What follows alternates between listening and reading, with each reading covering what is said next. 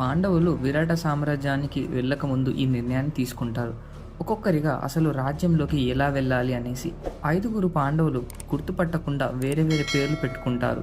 యుధిష్ఠిరుడు కనకభట్టుడిగా, భీముడు పలవగా, అర్జునుడు బ్రిన్నలగా, నకులుడు క్రాంతిక అనే పేరుతో, సహదేవుడు తాతిపాలుడిగా, ఆఖరిగా ద్రౌపది సాయిరంధ్రిగా పేరు పెట్టుకుంటారు. యుధిష్ఠిరుడు విరాటరాజు దగ్గర సలహాదారుగా చేరుతాడు. అదే రాజ్యంలో భీముడు వంటవాడిగా, అర్జునుడు తన నాట్యం ప్రదర్శించి అంతఃపురంలో చోటు గెలుచుకుంటాడు. నకులుడేమో గుర్రపు వాడిగా, సహదేవుడు గోవుల కాపిరిగా చేరుతారు. ఒకరోజు విరాట రాజ్యానికి మహారాణి పల్లెకిలో వెళ్తున్నప్పుడు ద్రౌపదిని బాధపడుతుండగా చూస్తుంది. అప్పుడు ఆ మహారాణి ద్రౌపదిని రాజ్యానికి తీసుకొని వెళ్ళి నువ్వు ఎవరు అని అడుగుతుంది. అప్పుడు ద్రౌపది ఇలా అంటుంది, నేను ఒక పూలమ్మాయిని. నేను ద్రౌపది మహారాణికి పూలు ఇంకా జుట్టు అలంకారం చేసేదాన్ని.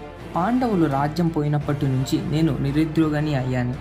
నాకు 5గురు భర్తలు. వారు పని వలన వేరే దేశానికి వెళ్ళారు. 1 సంవత్సరంలో తిరిగి వస్తారు. అప్పటిదాకా నాకు ఆశ్రయం కావాలి అని అంటుంది. విరాట సామ్రాపు మహారాణి ద్రౌపది యొక్క ప్రతిభని చూసి తన దగ్గరే ఉంచుకుంటుంది.